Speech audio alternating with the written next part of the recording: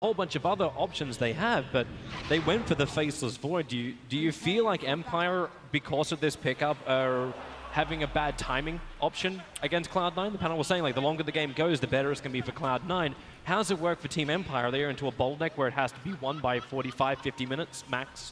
I don't necessarily agree with that. I think Empire's lineup can definitely go late. I do see what they're saying, though. I hear like Arc Warden gets very, very good later on in the game, and Dragon Knight can scale very well too. And by virtue of having a greedy 4 position like the Doom, he can definitely scale as well. But I think Empire can hold their own. If they get through the laning stage and get through a good mid game, then they can definitely play late as well. What speaks for them in terms of getting there is that I think this is a very, very classic duo for, again, for CIS teams to run. This is something a lot of CIS teams have run in the past. The Night Stalker and Disruptor together.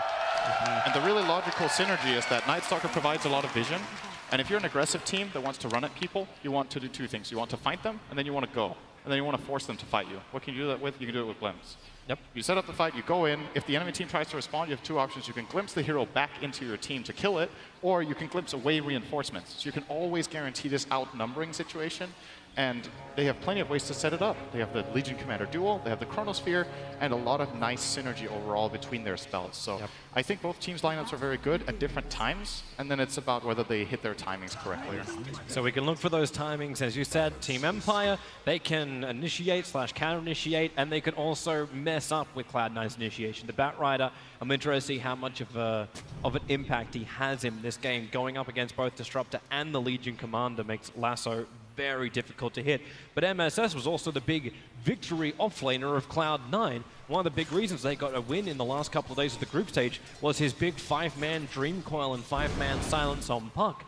The same kind of question will be asked of him in this game. Can he get that initiation? Can he give Cloud9 that momentum they really require? That's going to come from farm positioning as well as just the ability to get his items. He definitely needs to play a very good game here. I think this is a difficult Batrider game, personally. As the panel pointed out, his vision is limited by the Night Stalker. There's the press the attack and the glimpse, as you said. Yep. And in addition to that, I don't feel like his lane matchup is particularly good. It's Batrider favored, but it's not the classic Batrider will absolutely destroy this melee carry without help. Void with help has potential on this lane. Time dilation is extremely annoying to play Batrider against, because this hero is all about spamming spells. And the Void is going to go for a Magic Stick, Quelling Blade, and then skill up point in time dilation early probably, and then there's no way Batrider will kill him on this lane, unless Resolution makes a really big mistake. So he should be able to hold his own. PPD was mentioning the fact that AUI, not a great, doesn't want to see him rotate, likes to see him go inside the jungle. But thanks to the pressure being applied by Roger with this Night Stalker into mid lane, Fada was already dropped down pretty low. He's only got 1 shared Tango left, and there's 130 gold towards his 650 gold bottle. That's a rather expensive thing to push towards, so it's going to be difficult for him. But it does hold the Doombringer in the midst. No extra rotations up. Instead, it allows the other lanes to harass him pretty heavily. MSS now having to burn that south. 3 tangos left for him for consumables. Ghostic's a little bit luckier. He's got press the attack. So when Pilot Eye and Envy try and beat the crap out of him, he does have his own self-heal from abilities. Yeah, the Ghost Stick Legion Commander lane is actually pretty good.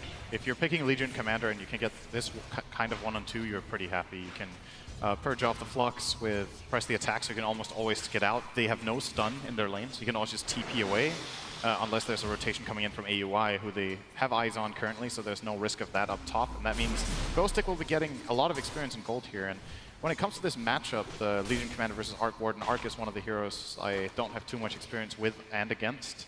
But one of Arc's weaknesses in lane is that he has pretty mediocre attack damage and very low armor and mobility. Oh, Roger. So Legion can take advantage. It could be in trouble. Infernal Blaze just coming off cooldown now for AUI, so gets the stun, gets the slow. The Stomp, however, did not connect. He turns to go for the Void, but so slow thanks to the 3 points of Sticky Napalm.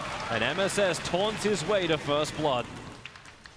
This is one of the things PPD mentioned as well. Combining Batrider and Doom together can put a lot of pressure early on. Both heroes hit, I want to say, their first spike. It may be a bit too early to say that for those heroes, but when both heroes are level 2, you have a lot of kill potential. Infernal Blade or Scorched Earth together with the level 2 Batrider Napalm plus Firefly is very easy to connect, and it kills with on heroes without mobility.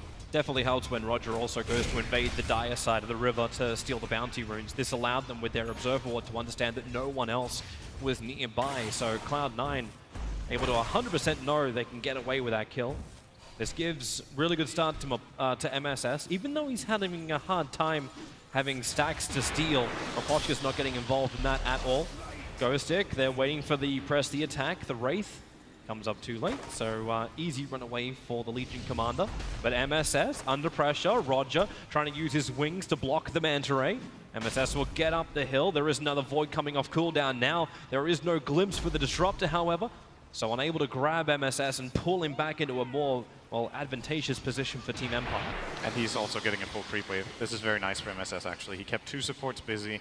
Still going to get the full experience from this, unless Disruptor really annoys him with this pull. This is actually a pretty nice play coming out from Opochka here, forcing the creep wave to fight this stack, and it's a lot harder for Batrider to get CS, and he won't be able to kill any of these creeps.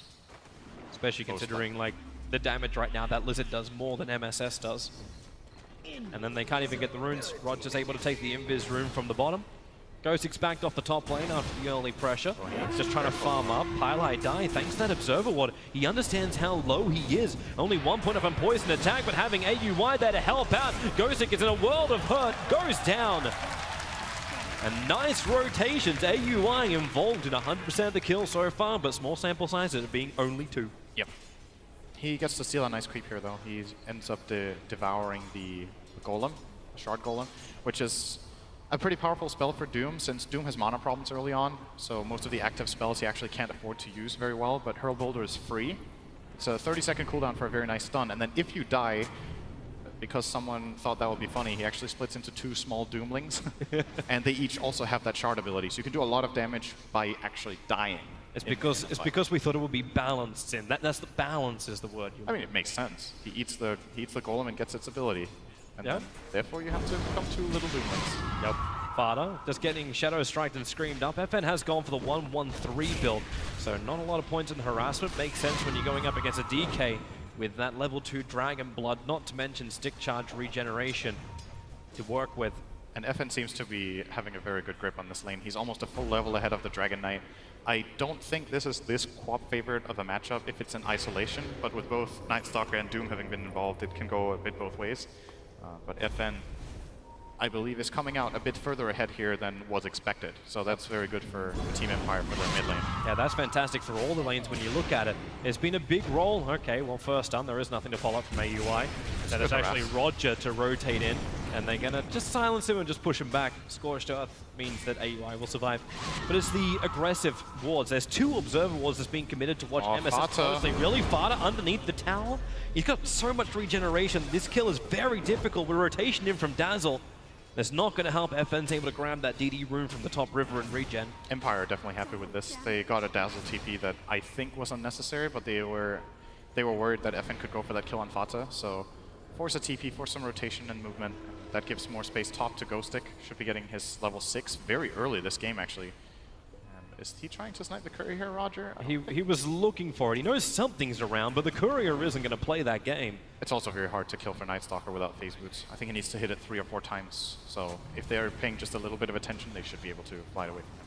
Nice Obs 1 to go up on top. Gives Pylon and AUY the vision advantage to fight the top lane. Ghostic hiding in the only place he can, but when Envy throws in the Wraiths, hiding in the trees. They're going to throw a secondary one. Is there a TP support to come in? Radiant have already scanned, but it was too late. Pylai and AUI were further west. These Rays just continue to connect on the mark. There's so many heroes up on top, because remember, you're doubling the Envy. Not to mention, while all this is going on, Resolution arrives with a big Chronosphere. He's caught Pylai die. They're going for the Arc Ward, and it's Eternal Envy they're going to bring down. This one is not a fake one. Pylai will manage to retreat. Doesn't have that level in the shallow graves, unable to save him. But while that happened, the courier was sniped by the Night Stalker between the tier 2 and tier 3 tower, and it was holding the bottle of Fata. It was slowed up because the bottle was empty. That makes a lot of sense. This is actually kind of crippling for the DK who wants to be spamming his Breathe Fire.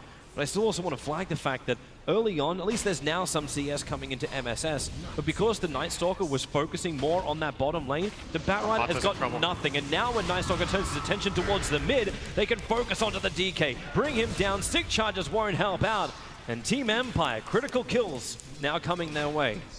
Yeah, Fata used the Dragon form, and he wanted to put some pressure on this tower. It's very standard Dragon Knight play, but didn't have enough assistance there. He was completely stranded on the opposite side of the river. He gets 3-on-1, easy kill with Disruptor.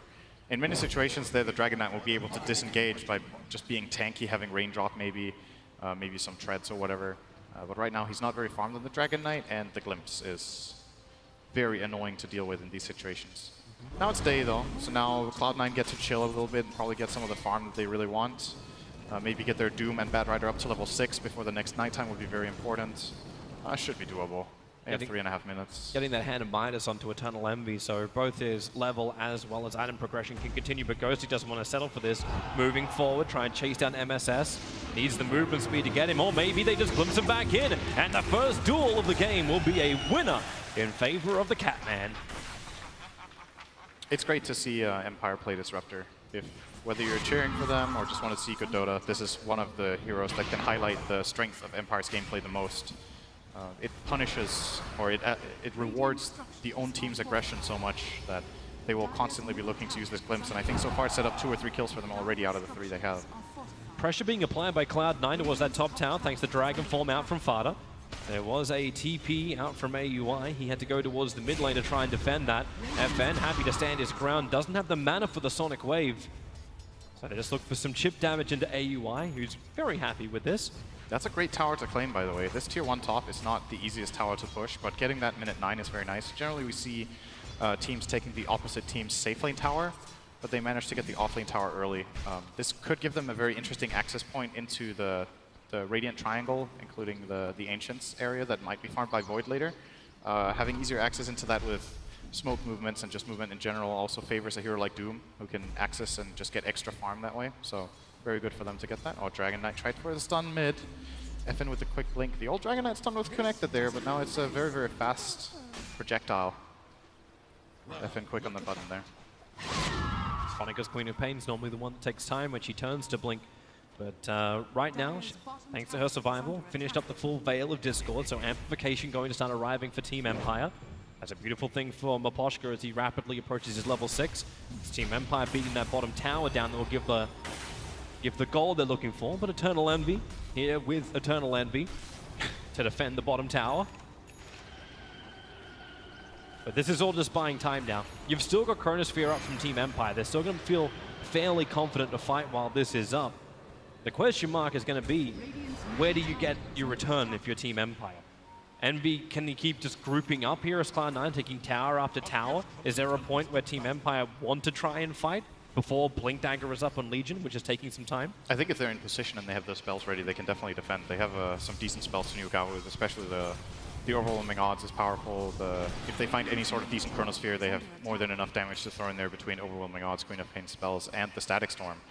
Disruptor just got the Tome now, so Static Storm is available for Miposhka.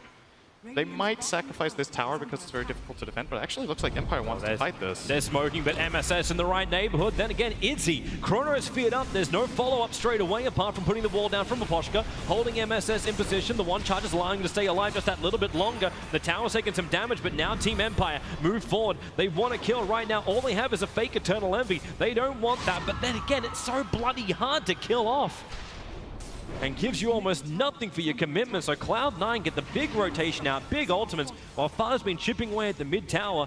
Miposhka is here. It's a level 3 glimpse. He's now out of range of Fada. He got pinged out. I think Bad Rider either read the TP or got a glimpse of him through the tree line out of Dragon Knight's vision in mid.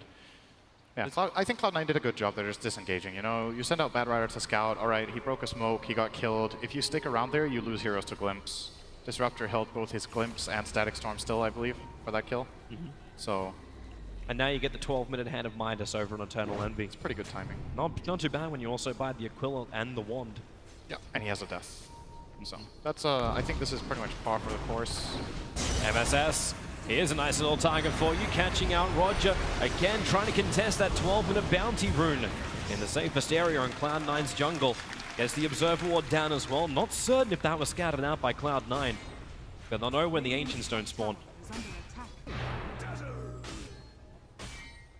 going to keep looking for opportunities. Look towards bottom lane. There's your opportunity. AUI's got Doom. He tries to.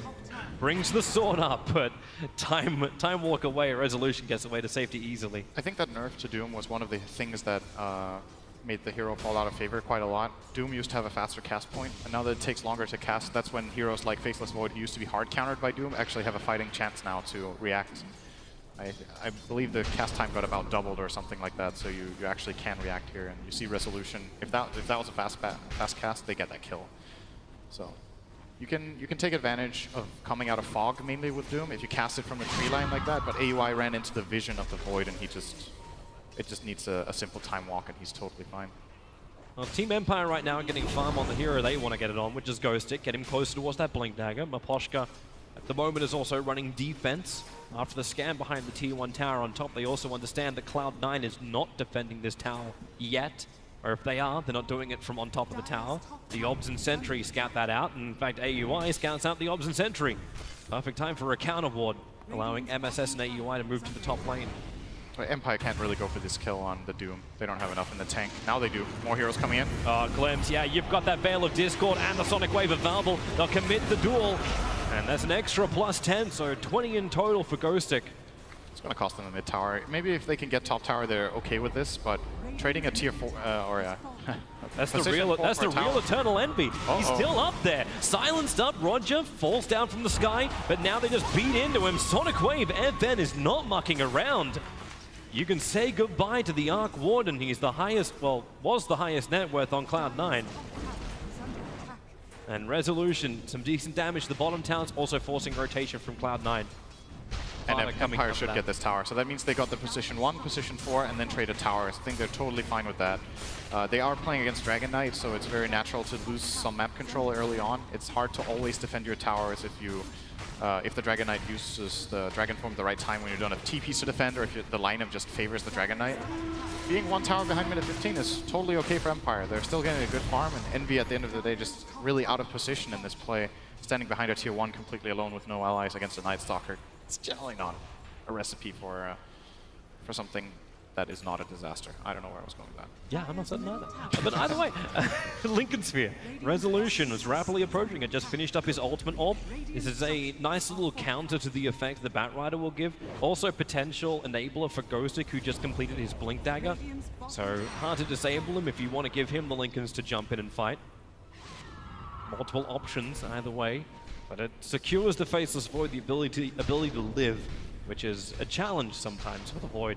It's a really high value item. There's 3 great spells to block in this game that all have pretty fast cast times. So still, the Doom is important to block, right? If you've played aggressively, if you've jumped in, you can't just dodge the Doom by blinking out. Then you have the Lincolns. You have the Lincolns against Batrider Lasso, and you have the Lincolns against Dragon Tail of Dragon Knight. So all these 3 heroes have 1 spell that trigger Lincolns, and all of them are really integral to how the hero works in fighting. And Empire are building to fight, so they just want to have items that allow them to weave in and out of fights with their heroes like Faceless Void and make sure they stay safe. Here we go. Inside the daytime, the wall is up. Maposhka, not what he wanted to do. Didn't catch anybody. They can glimpse back AUI if they want to, but actually, no, they can't. He glimpsed the bat, I think. Oh, he did it at the start. Trying to stop the initiation from Cloud9, and then blowing everything from Disruptor. I think they just weren't expecting them. Chrono Resolution just on the tip. Fada locked in for position for the moment. FN doesn't have Sonic Wave. 3 seconds on cooldown. Fada has to just stick around for the moment, but now all the rest of Cloud9, they have arrived to the fight. Roger putting himself in front of the Red Bull. That is one hell of a flag that Cloud9 does not chase up the hill to the Radiant Ancients. That was one of the most ambitious chronos I think I've seen the whole tournament. I'm not sure how that was supposed to land them a kill. It was on a Dragon Knight on the opposite end of the chrono, next to his tier 1 tower with teammates.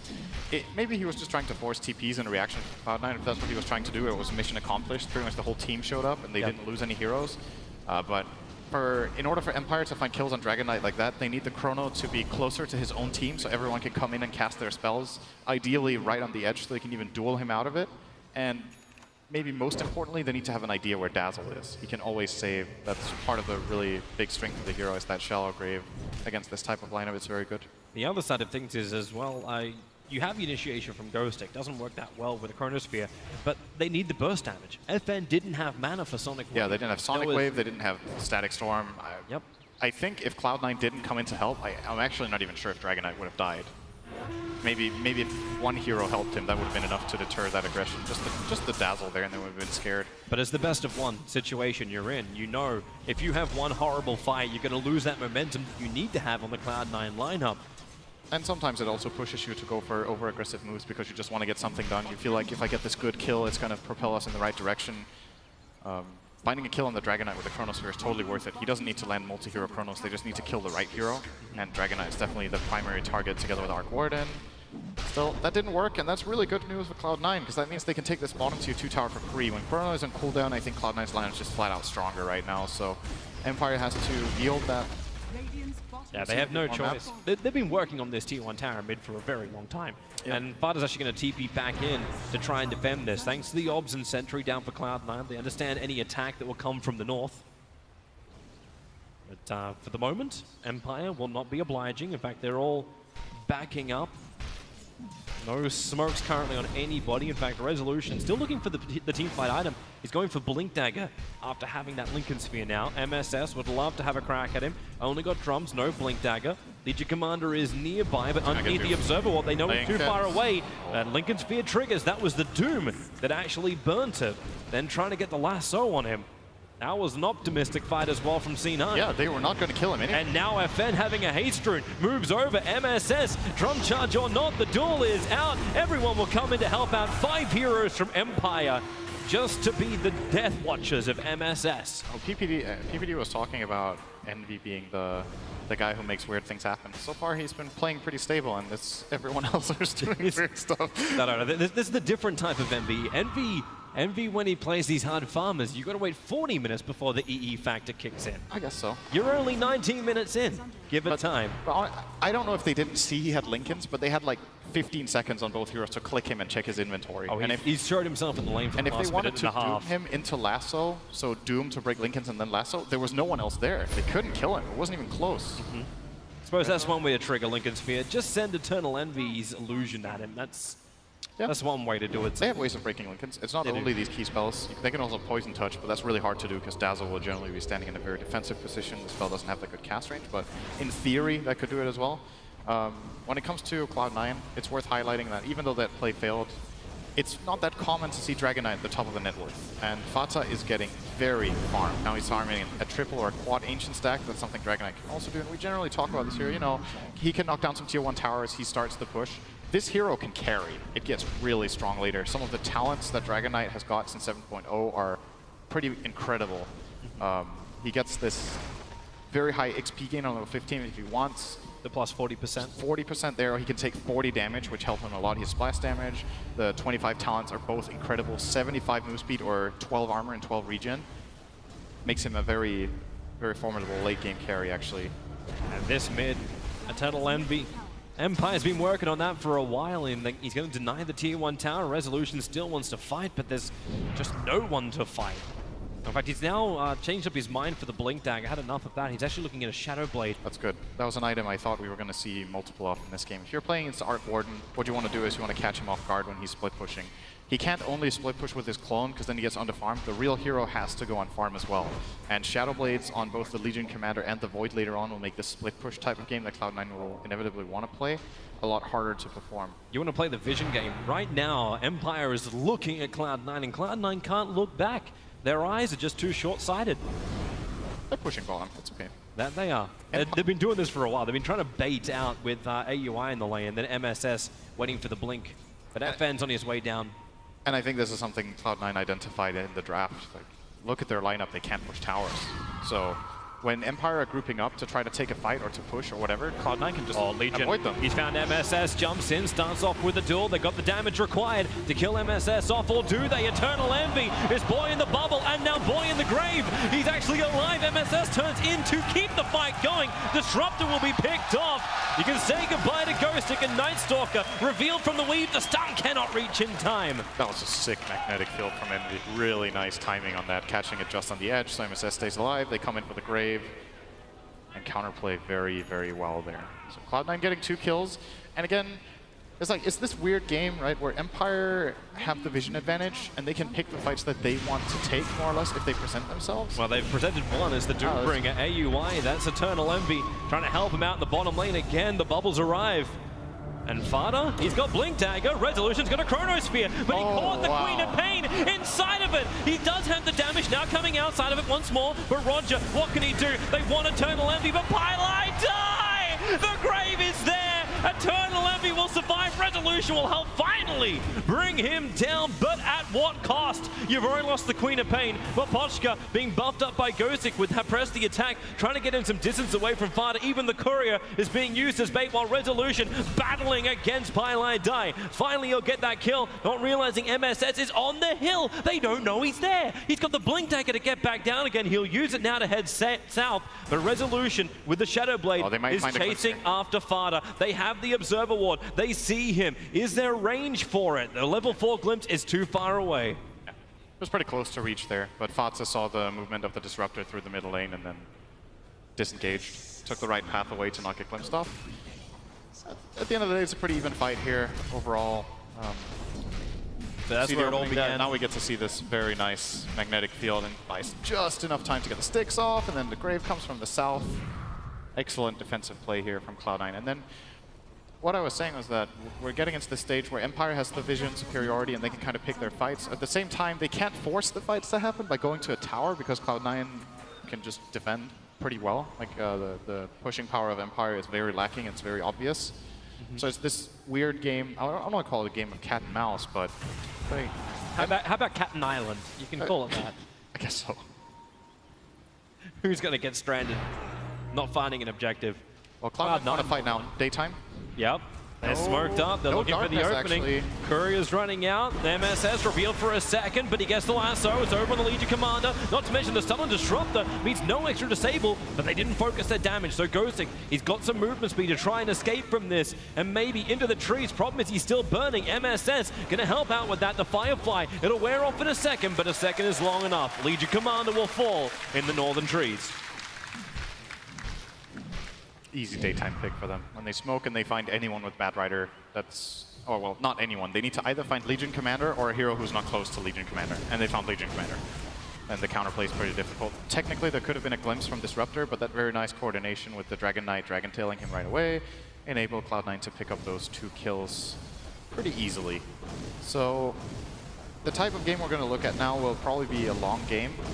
Realistically, I don't think the Dragon Knight is in a position where he's just going to 5-man down mid with the Arc Warden just yet. Still think Empire has enough fighting in the tank for that. So it becomes a question of whether Empire themselves during nighttime can find these picks where they find kills close to the tower so they can at least get a collateral and start doing some structural damage, or maybe a Roshan. And a lot of it, I think, comes down to, can you find that key Chronosphere on 1 or 2 targets that are important, and at the same time get off the dual or static storm so that you are in control of the fight. It's not enough that they get a jump because of that save from the Dazzle and that we saw the Arc Warden before. It has to be a little bit better coordinated. You're right. There's tons of sustain, and they need a way to get around that. Empire's going to take it. Vision's the easiest way to do it. So Empire, beats the bottom tower, brings it to 18. They have fortification available, Cloud9. One swing. Nothing for it. He's going to respect them. He's scared. Oh, okay, FN's not scared. They're smoking. Whatever. Cloud9 are on their way. 4-man smoke up a long way back. They actually commit the weave pretty early on. Resolution's the man out of position. Lincoln Spear will trigger. He's on the run out. Shadowblade is down, but where is the detection? It doesn't exist. And in fact now, okay, the dust is triggered. It does chip the Faceless Void, but Gosick, under his own Invis rune, he's not coming up. There's a Sentry Ward. In fact, 2 of them planted down for Cloud9, ready for the fight that never came. This is giving me flashbacks to their game against OG in the groups, where they had like 2 or 3 team fights in a row that they didn't have the correct detection in, and they were being kited like crazy by 2 Glimmer Capes, or 1 Glimmer Cape even, just ruining their game. This time around, committed. They need the dust on the Bat, I think. It shouldn't be on the Doom. Doom is not the guy who's going to jump and open the fight. Ideally, they have it on both. But there needs to be some sort of detection on the Bat Rider if they want to go for the Void to guarantee that they can get this pick off. Granted, he is the only invisible hero on the Radiant side. He's a pretty important one. It's an extremely high-value kill they just lost there from not having a dust. Yep. And finally, AUI runs in. He's like, I'm here to help, guys, and it's way too late. The Sentry drops down from Pylai Dai, but he's a backliner. Yep. He's not going to be able to get that off in time. So it's only going to help if Team Empire commit, but as you said before, when we're talking about the very start of the game, the draft, Team Empire have the option where they can go in and they can be the big fighters, or they can be the counter-initiator. So Empire don't lose anything from backing away from a fight if you then just take one of the Cloud9 players out, thanks to Glimpse. And as far as protection from that, the only person who really has it is Fada with his BKB. Yep, hasn't used it yet, no? It hasn't been a fight. So it's still on 10 seconds. Well, the farm continues for Eternal Envy. Now the full Mjolnir is completed, along with his BTs. So now they can make the Dragon Knight go sparkly. Got some pretty big items on the way here for Cloud9. The 4 staff of Bad Rider will be completed in 50 gold. That's very big. The Doom is going for a, it looks like, halberd. He was queuing up the medallion, but he's going to finish off the halberd first. Very nice item to break the Linkens of the Void, so he can doom him himself. Also, just the disarm is very nice in general against a couple of these Radiant heroes. And I believe we were looking at a third thing. Assault Cuirass for Fat's actually not that far away. He is very far from the Dragon Knight. Team Empire are coming. 5 heroes smoked up. They've got a good option. Both Fighter and AUI locked in, but it's not that great, actually. Pylai die. Perfect positioning around the back. The blink in. Resolution not wanting any piece of that. Time walks away from the fight. Now triggers up the Shadow Blade. They do not have detection around him at the moment. Fata felt very safe. He has his BKB and he was woven. So was Glimpse. Doom. Oh, Doom gets This is what they want. Bring him into the duel. And Doombringer is falling. Pylai can't get close up. In fact, Pylai die. Solo Cronin up by Resolution. He'll finish the job. So it is a 1-for-2 trade-off. You did lose the Disruptor, but Resolution turns his attention towards Fata. BKB starts protecting him and is actually Ghostic who's in trouble. Fata blinks over to him, realizing he is not any threat from the rest of Team Empire. Where was FN in all of this? Was he forced to blink away? Because they opened on the Doom and got that guy isolated, and they chronoed the Dazzle to try to prevent him from getting Grave off. So they got those 2 picks early and lost their Disruptor, and I'm just wondering what was keeping the Queen of Pain so far away. Yule Scepter onto Fata, they're bringing in extra help. He doesn't have his BKB, he's got 17 one charges. Envy gonna put down the protection bubble. Resolution wants to come in, Time Dilation is gonna help out with that one. Firefly, however, so much damage, but so is the Sonic Wave. FN, they end Fata's killing spree and blinks away. Queen of Pain will survive to get a double kill onto MSS, but the fight's not done yet. AUI TPing over towards the Shrine, but then a glimpse back, Eternal Envy locking him in. The electronic wall, but Pylai die. Gives him a secondary life. That Dazzle Grave on the money, and they are still going to retreat. No extra glimpse. Cloud9 will get out, and so will Team Empire. I wonder if we're going to see the Queen of Pain pick up an Orchid, just having enough of this Grave to guarantee it. He can use the Yules aggressively on the Dazzle as well, but I think he wants to hold on to it for more defensive purposes a lot of the time. So here comes the Glimpse. So they get him glimpsed over. The Queen of Pain finishes off this kill, and now the Dragon Knight jumps in. Chrono on the Dazzles. Dazzle's gonna die. And the Queen of Pain is just holding on to her spells. Blinks down for a Dazzle who's already dead. Now moves over to the Dragon Knight. It kind of has to run away. So didn't get too much out of FN in this fight. Could have maybe gone for some secondary or tertiary heroes instead of the Dragon Knight, who's like the impossible kill.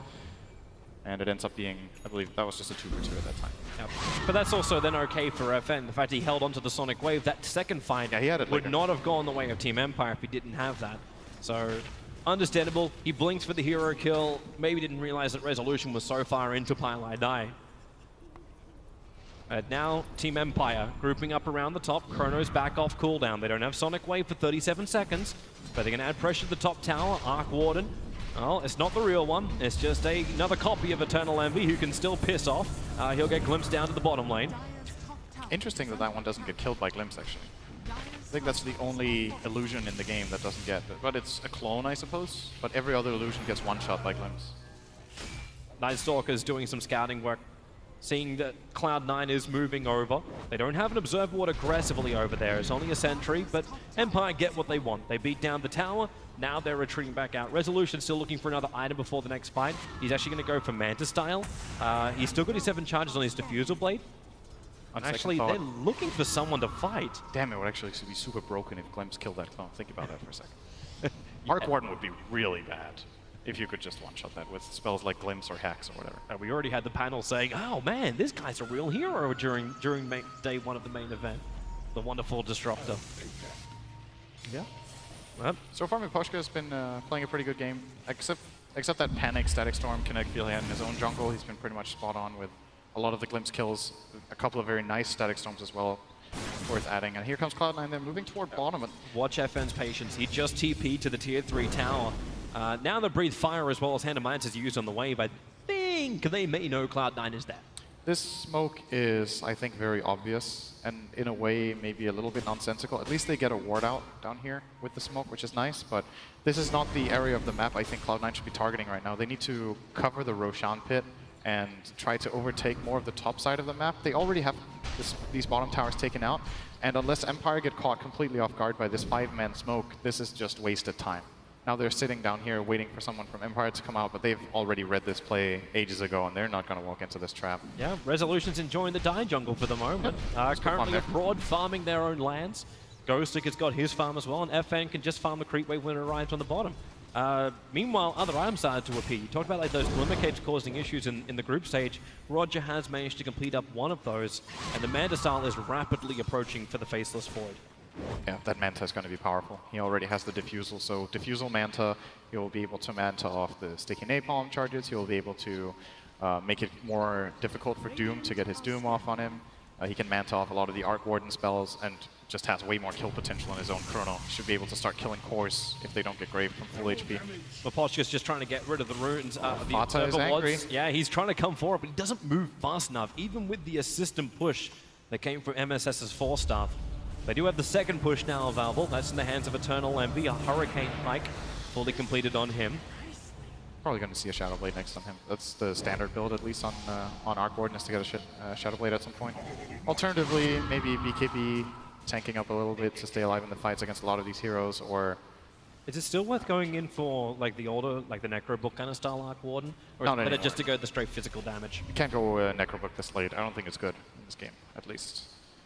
Maybe knowing Envy and long games, maybe like 7th, 8th item, it could be a thing.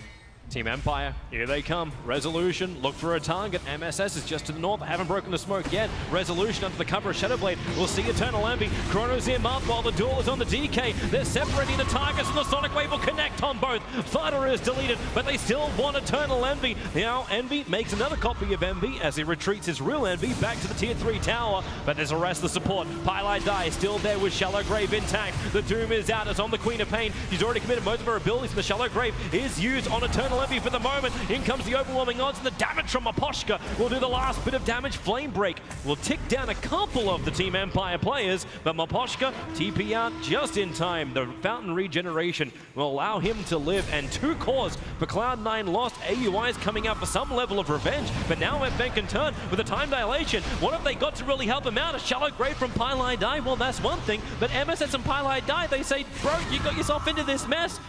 You gotta deal with it. You're dead.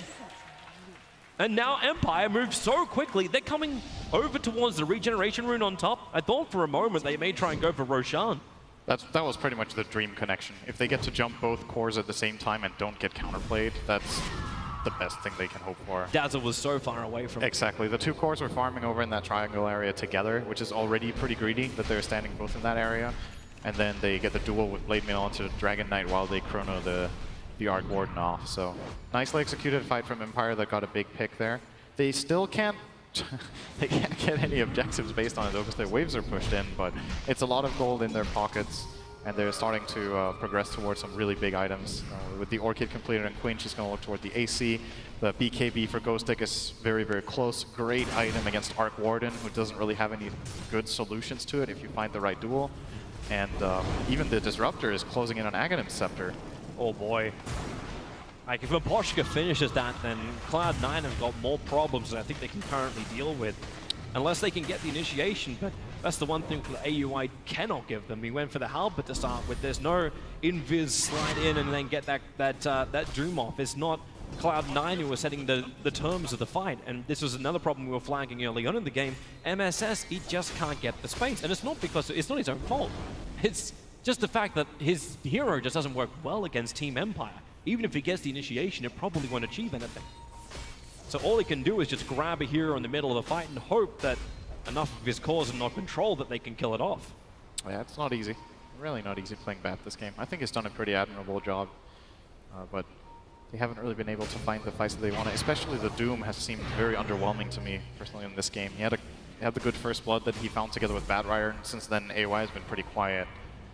And his farm isn't even that good, because they have other heroes that are claiming so much. The Dragon Knight and the Arc Warden really need to farm up a lot of the map, so AOI doesn't get to scale as much. They even have the Batrider and split push duty a lot of the time with Firefly. There's only so many creeps on the map. You can't mine a gold mine that's empty. They're going to try and smoke up by the looks of it, but then again, Empire making their intentions rather well known. Heading in through the top, still no one's taken Roshan yet. Thanks to Eternal Envy. This is the second version of him, pushing bottom lane. Team Empire may want to come back. Mjolnir effect. Yeah, here comes the Queen of Pain. They're coming back to defend from a clone. That's Arc Warden for you. Yeah. It's not what Team Empire want to really have. They just finished up the Meta Silent Resolution. They just got that BKB on the Legion Commander.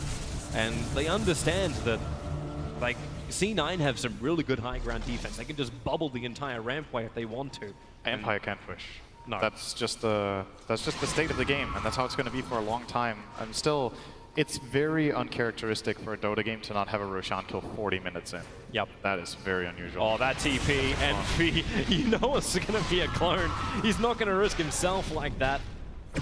Well, still nice, 180 gold, some XP. And all right, that's enough for them to want to go Roche, because now they know there's no Arc Warden clone, which is actually a really big deal. Now Arc Warden is about half as strong for the next 15 seconds. It's on the other side of the map, and Cloud9 are not really showing any intention to go there. Okay, now they are. They're weaving up. They have a smoke on Pi, but they're not using it. And they actually have no idea this is happening. And because that weave is being used defensively, there's no way they can scout out Roshan. There's no way they can actually start removing that armor from Team Empire and allow some of their physical damage to connect.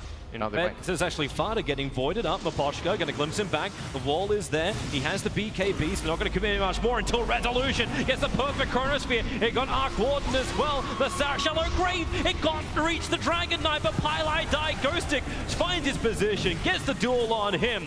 They can bring down the clone as well. Eternal Envy is gone. And where is the extra hunt? MSS has already gone home. The Radiant Courier was sniped off in the middle of all of that shenanigan. I think Fata needs to realize he's not immortal, even though he's farmed on the Dragon Knight. That was one of those moments where you're like, I don't really want to BKB a glimpse, but they're coming in. They weren't ready to fight back. That's a very big kill. He maybe has to buy back here, which is a very big expense 40 minutes in. Eternal Envy starts making clones again, and Team Empire have to once more back out. But then Arc Warden had an ability, and then you're fine. And that was the moral of the story, boys and girls.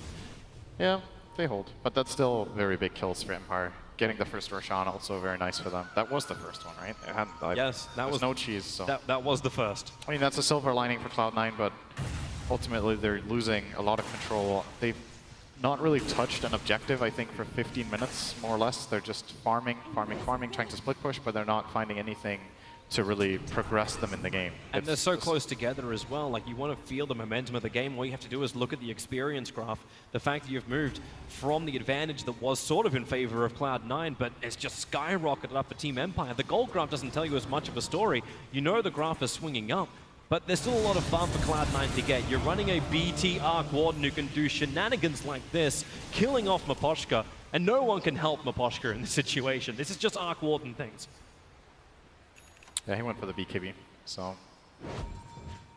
very nice item on Arc Warden, obviously, against this type of lineup. Makes him able to solo kill the Disruptor without getting glimpsed on either real or clone. But now the hero he killed, the hero he was probably trying to lay items on, the Aghanim Scepter arrived. It is available, yeah. So 41 minutes in, it's here.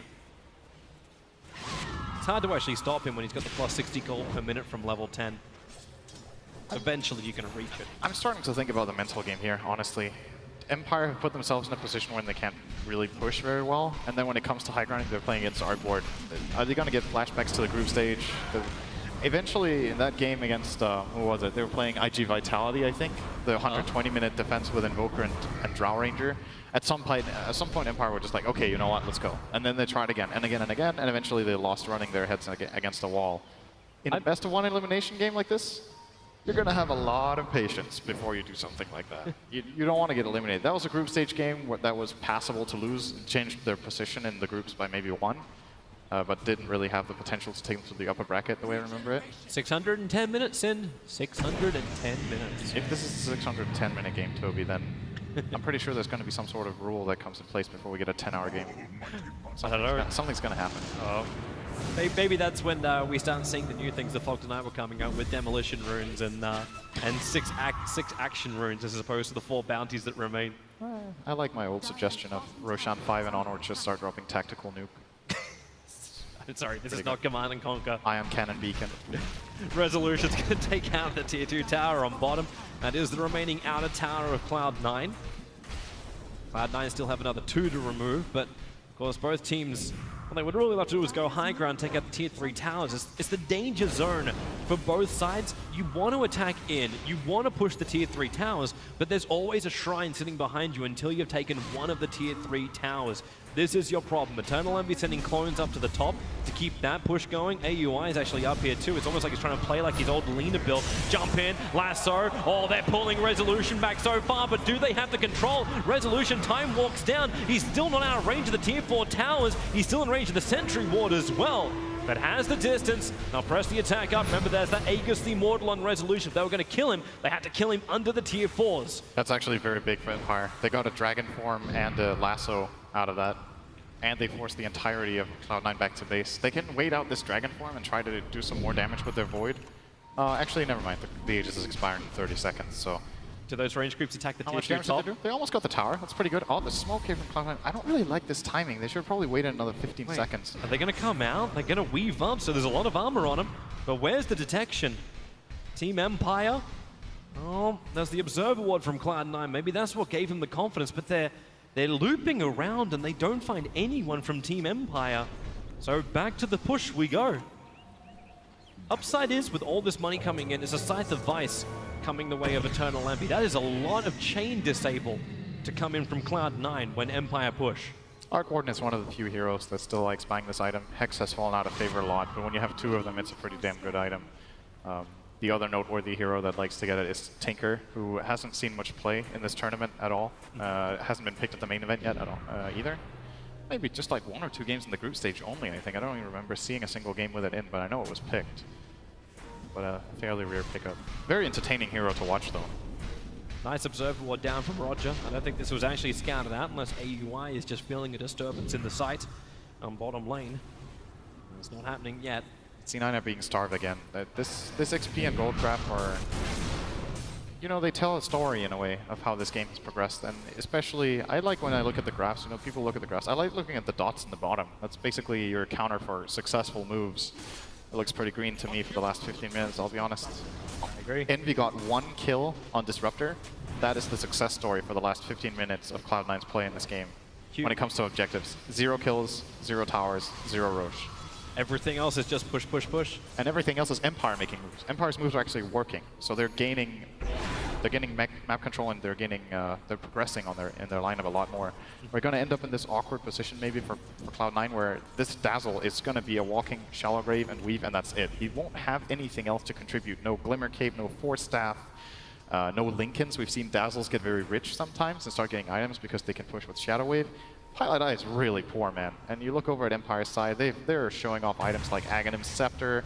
The Night Stalker has a full Glimmer plus Solar Crest. He's fairly close to Doom in net worth in a 46-minute game, which is, you know, pretty extreme when you think about it. Doom has a very easy way of ramping up money. All you gotta do, though, is remember the Eternal Envy factor. It's the power of the Arc Warden. We were expecting this hero a lot more just because he's so hard to deal with. That's not even the real one of Arc Warden, but there's more coming in. MSS takes to the skies, but FN has already managed to retreat back out again. The Empire heroes are trying to sandwich them here, but never mind. They're sandwiching a jungle camp. That's also very nice. All right, Roger 1 next. Now we start thinking more about the next Roshan. So 30 seconds until potentially he can spawn up. Team Empire as well as Cloud9. Observer Ward vision around this is negligible to actually nothing at all. All the Observer Wards Empire have put down is looking towards the bottom and the mid lane and the movement out from Cloud9. That's why that big box can be drawn out saying, hey, they're going to be in here because we saw him from the mid, we saw him from the bottom. There's a lot of confidence from Rezo here. 2 things. First of all, this movement pattern. Secondly, he bought a butter. He doesn't have buyback, man. It's chronoed him up. Eternal Envy's in trouble with Scythe of Vice. Does he get it off in time? Pilot Die will be there for the Shallow Grave. They'll throw down the storm, but it doesn't actually control up AUI. MSS instead on the Resolution, broken free by the press. The attack, Doombringer dueled up. Does he have enough damage? I don't believe so. In fact, the Doom is regenerating. 1 charges as well, but it's the damage done inside the base. Cloud9 having to buy back an Eternal Envy. MSS will pop to FN's Orchid. And Cloud9 are falling like flies inside their own base, and this allows Team Empire to push in. Eternal Envy will attempt the defense. Fada in close, let that Dragon Knight do the work up against the Night Stalker, but they don't have the detection. They don't see anybody, but they have the side device. Resolution picked up for the moment. MSS trying to do the damage with a Firefly, can't stay close enough. But they will hold their bottom racks, but Team Empire got what they wanted. They breached in, now they can take care of the shrines. Not to mention the economical disadvantage for Cloud9, having to buy back both the Arc Warden and the Bat Rider to defend that racks. That was a 10k minute. They just made a 10k minute happen. They were 3k ahead, I think, before that play. We can check in 1 minute and then we'll see if the graph goes vertical or not. It's one of those really high risk, high reward plays from Rezo. So he buys his butterfly, he doesn't have buyback, he Silver Edges in behind, has a pretty good read on where Cloud9's heroes are, and he finds the Arc Warden. If you want to find Arc at this stage of the game, you need to be a bit more creative with where you look. So he checked right outside the tier 3, found the kill, and set up his team for a really great fight. We're going to see it here. So he's really deep behind enemy lines right now, completely alone. But he's expecting Cloud9 are not going to be in position for this. There's no way they're going to think I'm going to go here. And they really weren't. They tried to actually envelop from the south, and it then just became a massive clusterfuck. Some abilities not really triggering off. Legion was isolated as well, but Resolution was free to do whatever the hell he wanted. And not to mention that, FN. Yep, FN came in and cleaned up the Arc Warden kill. The Grave was very nice there from Pylai, but the mobility of Co-op allowed her to connect, get that kill. Now they got a second Roshan, so that's Aegis and Cheese. You know what, Toby, this game might actually not end up being that long. Now they have built some really significant advantages. 20k on the gold. Cloud9 are going to struggle to leave their base out of just fear. Getting caught by this void. I still want to see what happens when Cloud9 get the fight that they're looking for, which they haven't got. Like, they weren't in position for that last fight because they were scrambling back. It was a fight which they were never expecting Empire to cut between where they were and their base. It just wasn't what they wanted. From a prepared position, if they build in the bunkers, you're meant to be better soldiers from prepared positions. Team Empire are just, well, they're hit and run. I would have a lot more faith in Cloud9 if they had something to protect their Dazzle. The issue is that when the Queen of Pain has this Aegis of the Immortal, she can actually just blink the Dazzle, Bloodthorn him, and try to kill him. And Cloud9 have to respond by protecting their Dazzle, else they have no one to protect the rest of the lineup. They've got to stop this melee rack from going down. They may not feel like they have enough. The clone was already sent north, trying to push out the wave. Yeah, they're waiting for that. They're waiting for the... There's a Lincoln's triggering off, but a fresh one already on him. Fada, well, misses the breeze fire, blink away from FN, and here we go for round 3. The Orchid, actually the Bloodthorn, onto the DK, who gets dueled up, and the Sonic Wave, combining with the Chrono Shallow Grave, will still keep Fada alive. Eternal Envy's clone will not be so lucky. The Lasso pulling Maposhka further up. They're trying to stop his control factors, and the Doom is actually on Faceless Void, combining up with a little bit more damage from that Infernal Blade. Maybe they can kill off Resolution. The Glimpse will pull him away. MSS has to do the work. The last man in the front line, the Aegis Immortal, will now allow FN to come back to life. He blinks, he's going closer towards the Dire base. Meanwhile, MSS is finally brought down, but it's all about the man who's currently squatting in the home of Cloud9. FN for 925 gold. Eternal Envy will claim his scalp. What buybacks was that? That was only Dragon Knight? It was only DK. That's a pretty decent hold. They hold, the Aegis is gone. Did they expend the Cheese there as well? I think so. Cheese was also used? Yep, it was on Ghost Stick and it was expended. All right, so they used both. They do keep Resolution alive, which is very important. But I think what we saw in that fight was what I was talking about. If Dragon Knight doesn't have buyback, the game probably ends. The Queen of Pain is just blinking to the backline, Bloodthorning the Dazzle, and then they chrono whoever they want and kill him. And the Dazzle is like in this hopeless position. He has nothing to fend for himself, and he can't stand so far back that the Queen can't blink him, because then he's not in range to Grave. It's one of those damn it if you do, damn it if you don't moments, and it's very, very difficult for him right now. Fortunately for them, they got rid of that attack for a while, so now they have like maybe 6 or 7 minutes before the next Roshan spawns.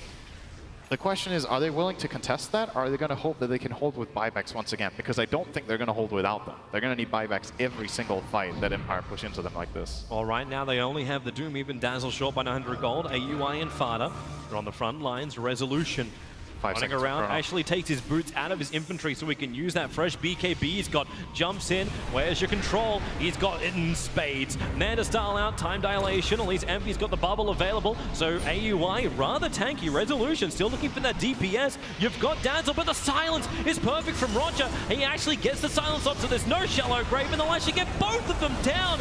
MSS went for the drag, so at least there's something in return. Maposhka dies for the cause for the 2 hero kills. Both supports for Cloud9 pushing up the daisies. FM wants to join him. He's TPing out to his shrine. And Empire may just feel they have enough to go high ground and finally finish this bottom racks. They only kill supports. I don't think they can go high ground here. The Arc Warden is still going to be too big of a problem. They expended Chrono, so maybe they're going to wait here. What did Ghostic take? He took the lower, pressed the attack cooldown. So now he has a 5-second purge for his allies. Extremely good against this double hex of the Arc Warden. Can basically purge both hexes almost immediately. Save against the Bat Rider. Resolution. The gem that's currently sitting on Roger. Roger stopped by Maposhka. Able to scan out the fact there was a sentry wall, but Resolution just BKBs, beats into the melee racks. There's no fortification available, but the bubbles from Envy may just do the job. Resolution still wants to finish it. MSS waiting for the right time to blink in and lasso, but he hasn't found a good target. So Team Empire, they'll jump out. Doom will arrive back to the world of living right now, and Empire will retreat. That's what Arc Warden can do with the 2 bubbles. You can stand inside one of them and hit the barracks, and then you can put another one on the opposite side that blocks. And if you are standing within one and the other one covers, you need to stand in both bubbles at the same time to hit the buildings they're protecting, and he couldn't. It was not possible the way they were placed. So nice defensive play from Envy to stall out once more. But where is the progress from Cloud9, man? There's not much good happening in the world of C9. They haven't really moved outside the base. It's the glory of Envy. That's all it really is. Pretty dead, I think. Maybe not. He's gonna pike forward. Okay, Rezo can't be bothered. Actually, he wouldn't kill it in time. But it's like if they don't find a way to move outside the base and take a fight out there, the inevitable thing is that Empire gets another Roche, and they're not struggling to defend against Envy split push. Yep. Because they have so many heroes that are really farmed. The Queen of Pain, no problem. Gonna take care of it. This is a Legion Commander with 4 or 5 items, no problem. Faceless Void, ultra farmed. Just gonna keep them contained, and they're playing against Night Stalker. It's so hard for them to get outside their base. Ghostic is on the hunt once more. He's underneath the dire obs and sentries. Maposhka, I think MSS was looking at, but with Resolution coming under, he's just out of range of the sentry. There's a fake Eternal Envy. He'll Hurricane Pike himself down. Looking just to chip away and slow down the Night Stalker. Getting the mid tower here with the Queen of Pain illusions. Oh, and FN's taking the top tower. So you're taking the mid tower with the Quap illusions while he attacks into the top tier 3. This is a good way of approaching sieging against Arc Warden. If you're far enough ahead so you can start splitting your resources out and hit 2 lanes at once, it's a lot harder for Arc. The tricky thing is that Arc Warden in most cases can actually kill the solo hero alone. But Empire's heroes are pretty beefy, man. This Queen of Pain is a hard kill. Is this the reason why they're going 2 Assault Cuirasses? Ghostic is buying one up right now, and FN already has one completely built. I'm not sure. I don't think that's the line of thought behind it. Either it's a mistake, or they both just want to tank up, and Ghostic feels like it's still a better item for him than the Shiva, which arguably Queen of Pain could have also bought for them. Yeah, normally it is the Queen of Pain who is able to buy that, but the timing that Empire want to push high ground, FN was the only one that could afford the Assault Cuirass. I think they have some margin for error here with items anyway. It's like, you know, it's an efficiency thing. Sure, having 2 ACs is not ideal, but it's also not terrible. It's not like having 2 mechs where 1 mech doesn't work. It's just the aura that doesn't stack, but he still gets the 10 armor and 30 attack speed, so the item still has value. And if they're pushing 2 different lanes, it's very nice. FN's damage output's also increasing. I'm interested to see if he gets rid of his Eagle Scepter for this. And in fact, that's exactly what he does do. So he's trying to complete up the full Mjolnir. And he's only 300 gold away from doing it. It would expend his buyback, but it would be his. But considering he didn't bring out the recipe, probably leans us to saying he's not. He'll hold his buyback. There's no reason to risk anything. You're 56 minutes into this best-of-1 elimination game at TI. You do not risk anything. I don't think Empire can realistically lose this game in the next 15 to 20 minutes if they have buybacks. I think it's like almost out of the question that Cloud9 takes such a good fight that they can force all the buybacks and push and then beat them again in their own base. Well, Cloud9 are going to try it. They smoke up the Observer Ward. I don't know if I actually saw it. There was a ping that came shortly after the smoke was triggered. Hail Mary. He's got 3 wards on Pylite Eye, so they definitely have the possibility to set up a good perimeter to fight in. Well, they weave. They want to contest the Roche. An illusion randomly appears, and that's exactly what they're looking for. But Roshan's not alive yet. He spawns in 33 seconds. Meanwhile, Legion Commander is taking the top tier 3 tower with illusions. They have to come back. And Eternal Envy's there. So this move once again didn't work, and it is difficult. I think Cloud9 needs to try to go for something like this. They were hoping Roshan was up so they could force a fight, but now that it wasn't spawned yet, they have to go back and defend this wave that's pushing, and Empire get to push right back at them and then look at the Roche again, and then they are fortunate enough to get it, as it looks. Yep. Spawning very, very soon. And they kill this extremely quickly. They have the Solar Crest, the Void is extremely farmed, the AC like we talked about. The only thing they're missing is really a Deso. The Wraith just scattered out the fact that Roshan is there. So this is the upside for Cloud9. They have that information. Roger will clip one as well. So C9 know, if they don't get this Roshan, they're probably not holding racks. So there has to be something that they can do to contest this. They have cooldown on Tempest for 20 seconds, and then when the Tempest is up, the Weave is out. So this is like a pretty awkward overlap on cooldowns that allows them to not fight at their full potential. Oh, right now Resolution and Ghostic are doing Roshan, so Cloud9, I don't think they have that time. Roger's getting some really good info here. Tempest is there, but will it be enough? There is actually the kill. It goes the way of the Radiant side, and maybe with the control, Eternal Envy, BKB dueled up, the bubbles are down, and Lasso pulling back the faces forward, but the Sonic Wave from FN's going to arrive. Shallow Grave allowing Eternal Envy to stand his ground, but MSS will not be so lucky. Eternal Envy trying to Hurricane Pike himself away, but Maposhka, he had the damage, and it looks like Empire, they have the fight. Fada is the last man standing, and he is trapped at the front of the pit. Now time locked up, and he really wishes he could go back in time. Captain Hindsight, Cloud9 in a horrendous position. A double kill for Resolution. Double buybacks out from Cloud9, but this is scrambling defense to keep themselves in TI. 30,000 gold now. And they still have Aegis and Cheese. There's no buyback on the Legion. Oh, that's an It's just the Tempest. That's a clone. Okay, I just looked away for a second. I was like, he still needs to keep that clone alive. Without it, they don't hold this. The range Rax is gone. And Eternal Envy, so much work for him to do. Resolution. He's invis for the moment and now realizes not much more point to that. Has the Aegis Immortal, may as well try and kill off this Rax. this bubble's going to end now, and then he doesn't have the Tempest, so that's Rax down. Yep. We've defense up from Pylai Die, but you've claimed the entire mid-Rax. No damage done to the bottom, but without the Legion Commander control, it feels like Team Empire, again, safety first. They're going to retreat. There's a big wave on bottom that had to be dealt with. And FM with a Scream just took out 8 range creeps. But let's have a quick look at that Roche fight once more. So what sets all this up for Empire is the fact that Night Stalker was invisible and scouted the entire team out at nighttime. 2 very good defensive bubbles make this fight look fairly close by enemy. Great press, the attack is going to let Resolution disengage here, and actually rather just re-engage on MSS. And the moment this Chrono comes out, actually before that, the fight is just lost. It's extremely hard for Cloud9 to find a winning condition when the Night Stalker sees everything that's coming their way. I'm really struggling to try and find a way where Cloud9 can survive. With no buyback on DK, Arc Warden, or the Doombringer, defending against Team Empire seems almost impossible. And that is where the magic, we're 60 minutes in, this is the EE zone, the Cloud9 have to enter. And if they don't enter it, then, well, Team Empire will take them out in the first round of TI. I think we're in the Rezo zone. We're in the Rezo zone? Hey, it's not even a Morphling. Look at his items. He's got so much. He's leaving his BKB just sitting in his backpack. Same with the MKB. He's 7 slotted with a double damage right now. He is 10-shotting Rax as Void right now. That is something. They have to bubble to defend it. Here goes your defensive weave once more. Cloud9 trying to have the armor. You realize when you're doing defensive, not aggressive weaves, all they want to do is survive. BKB from Eternal Envy actually being burnt.